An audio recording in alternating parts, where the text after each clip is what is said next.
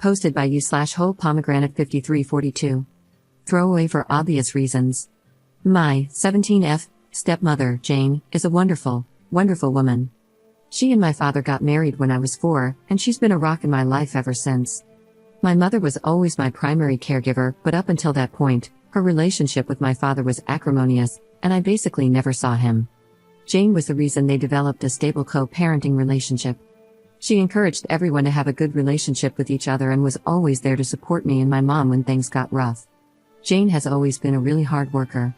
When she met my dad, he was living out of a hotel, and my mother was doing everything in her power to keep me away from him because she was petty and angry that their relationship didn't work out.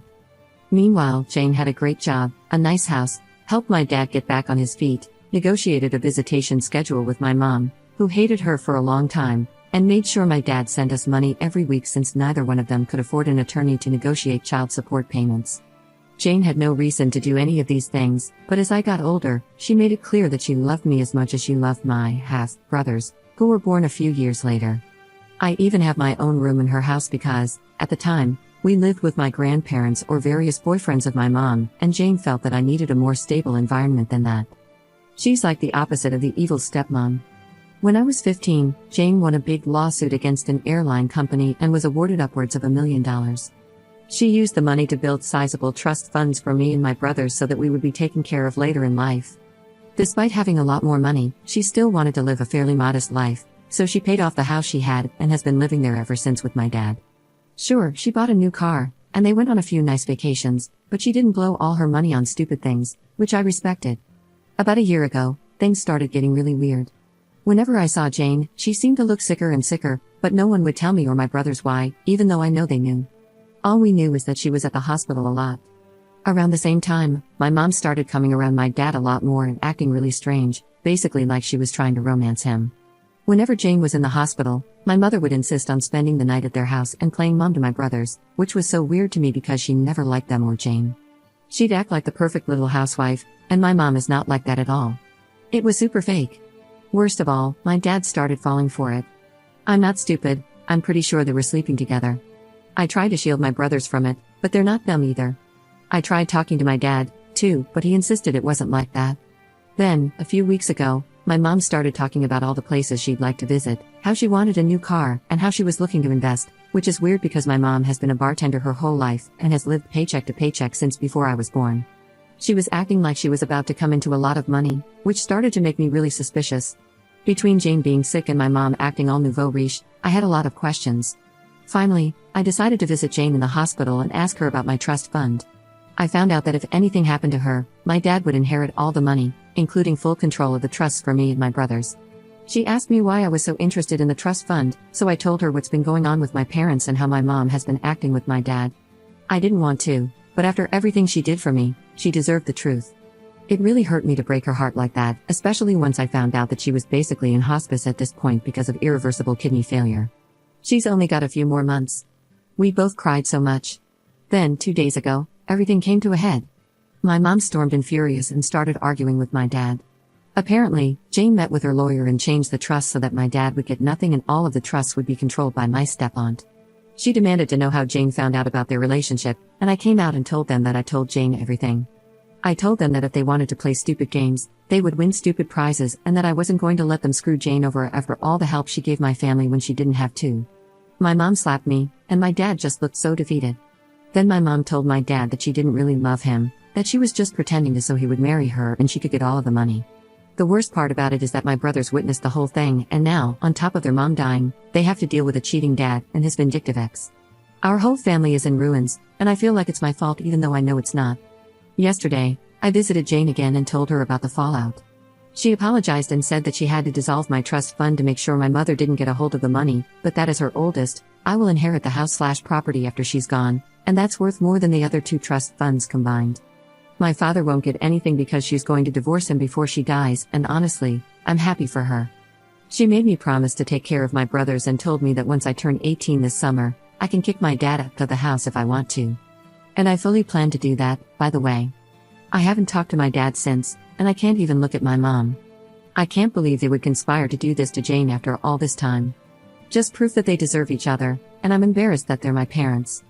Once I turn 18, I'm going to cut my dad out as much as I can, cut my mom out completely. I hope she rots. Meanwhile, I'm going to try and be at the hospital as much as I can until Jane passes away. Anyways, I just needed to vent. I'm really messed up about the whole thing, and I feel super betrayed, although I can't even begin to imagine how Jane feels. I'm gonna be so effed up when she dies. I can't even think about that right now. But at least she's not surrounded by people who just want to bring her down. Thanks for reading. Edit. Some people are asking a lot of the same questions, so I'll just clarify here. My brothers, my plan is to use some of the estate money to fight for guardianship of my twin brothers so they can live in the house while I kick my dad out. If I can't get guardianship, then I will have to let my dad stay in the house. However, once I turn 18, I will technically be an adult, so even if my dad leaves, I'll still be legally able to be responsible for them. The only thing I won't be able to do is stop him from taking them if he decides to leave. But they will be 18 in 6 years, so even if they have to leave, they'll always be able to come back whenever they want. In a perfect world, my dad would just leave and let my brothers stay with me, which I'm sure my bio mom would be very supportive of, because right now she hates all of us, and I doubt that will change anytime soon. The trust, from what I understand, my brothers will inherit 1/3 each of the estate, and the remaining 1/3 will be used to keep the house running until they turn 18. After that, it will be up to me if I want to keep the house or sell it. At that point, my brothers will still have money left in the trust, so they can branch out or do whatever they want. Otherwise, I will not sell the house, and I'll just pass it on to them or keep it and maintain it myself. They can stay with me for as long as they need to. Edit to the edit. So, I just spoke to Jane, and she told me that the reason she dissolved the trust is because originally it was going to be split 3 ways between us kids, and my dad would inherit the house. She dissolved my third and switched it over to take care of the house maintenance, and instead put the house in my name so my dad wouldn't get it. Plus, by doing that, at least financially, I'd be getting a much bigger share. The house is worth about 1.5 times the amount of my brother's trusts. I just wouldn't be able to do anything with it until my brothers turn 18, which I'm totally cool with. Sorry if I don't have a better answer, I'm just trying to translate what she told me. My parents, the big fight happened on Sunday, and I haven't spoken to either of my parents since. I think they're both at my mom's place right now, but that's fine with us because we're all still mad at them, so they can stay gone for all we care.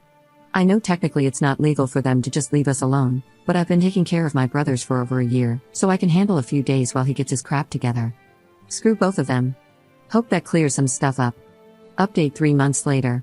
Hi guys, it's me again. A lot of you asked for an update on my situation with Jane and my family, so I've come back to share a few things that have happened since my initial post. I'll try to organize this in a way that addresses the major points from last time. Jane is still alive and doing surprisingly well, considering the circumstances. She's always been a fighter, and although her disease has been progressing, she's keeping a positive attitude about everything that's going on. She says she's grateful to have seen everyone's true colors before she passes, so she can go into the next life knowing the truth. Over the past few months, we've become unbelievably close, and it's getting harder and harder to know she's nearing the end. She doesn't talk about it much. I know it's because she doesn't want to hurt me, but we're both aware of the situation, so we're just making the best of our time together. I'm also not being completely transparent with her about all the drama at home, but honestly, I don't think she needs to hear all of that. We did end up having the surprise celebration of life I had planned. A lot more people showed up than I expected, but they all got an Airbnb near the hospital where Jane is staying. We were able to take her out and spend some time at the lake near the facility. It was super low-key, which I know Jane preferred, and I even managed to get her old college friend to come after finding him on LinkedIn, lol. We had food, there was music, and we played games. Overall, it was a really great time, except Jane started crying at the end, but she promised it was just because she was grateful. My brothers are doing okay. My aunt, Jane's sister, is currently paying for them to go to therapy, and they've become a lot more open about discussing the situation. They just turned 13, but a lot of the time, it feels like I'm talking to actual adults, lol. They become really independent lately, in a good way, and aside from driving them places, I don't really have to do much for them anymore. Their grades aren't amazing, but they're not failing, and considering the circumstances, it could be a lot worse. They still hang out with friends, and I'm keeping an eye out for signs of depression or anything like that. The situation with my mom is as funny as it is embarrassing, to be honest. She spent a few weeks ignoring us, and then she tried to crawl back into my life, basically begging me to let her move in because her lease is about to expire and she has nowhere to go. That conversation went about as well as you'd think, and she ended up calling me an ungrateful BTCH, saying I couldn't just ignore her because she's my mom.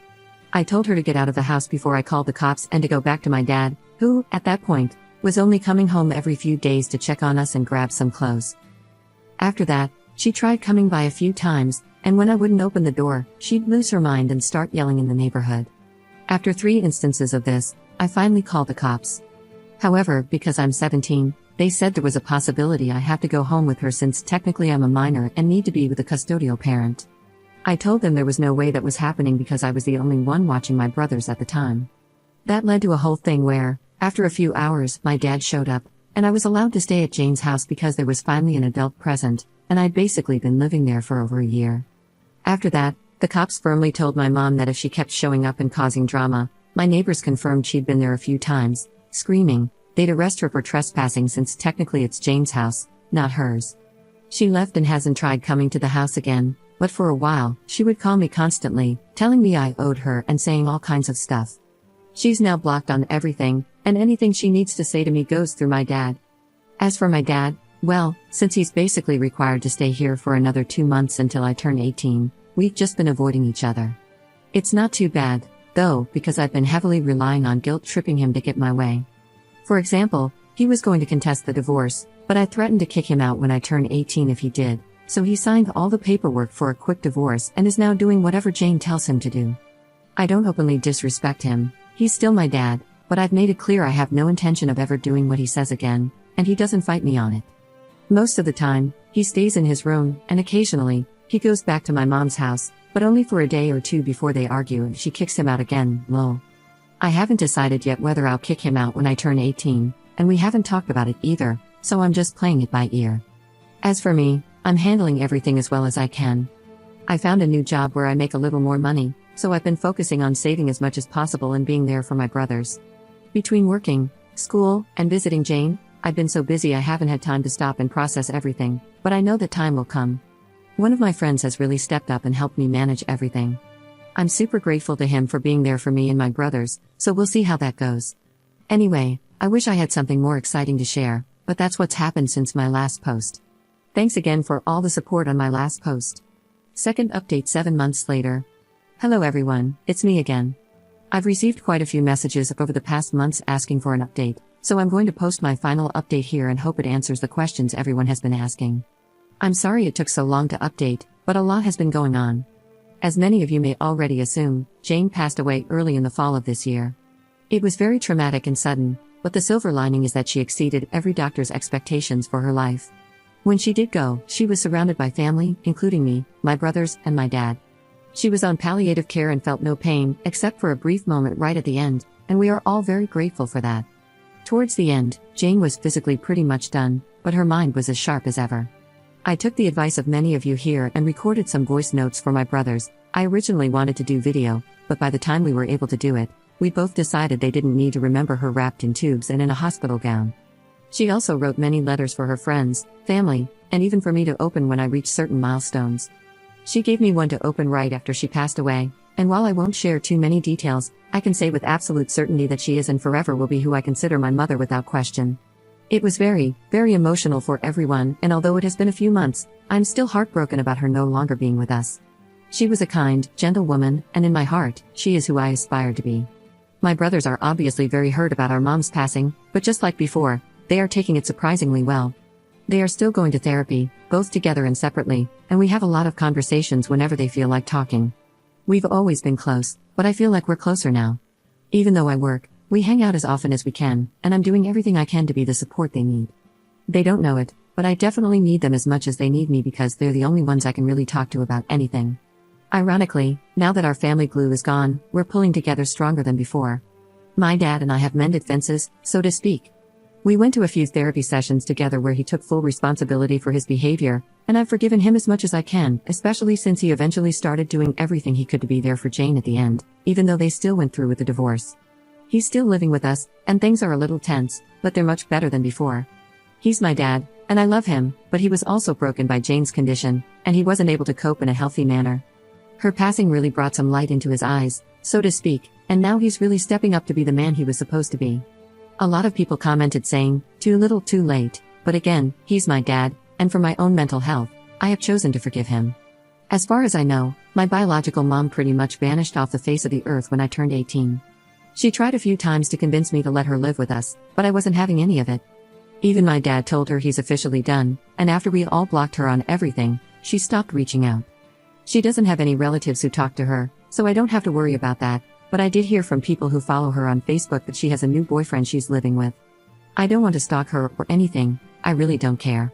She hasn't come to me with any kind of apology, so to be honest, she can get bent. It's a little hard for me to accept that she'd just walk away the second I turned legal, just because she didn't get any of Jane's money, but oh well, true colors and all that. I guess 18 years was too long to pretend to care. I'm just so angry with her, and I don't want anything to do with her anymore. Maybe that will change one day, but I'm not holding my breath. As for me, I'm doing pretty well.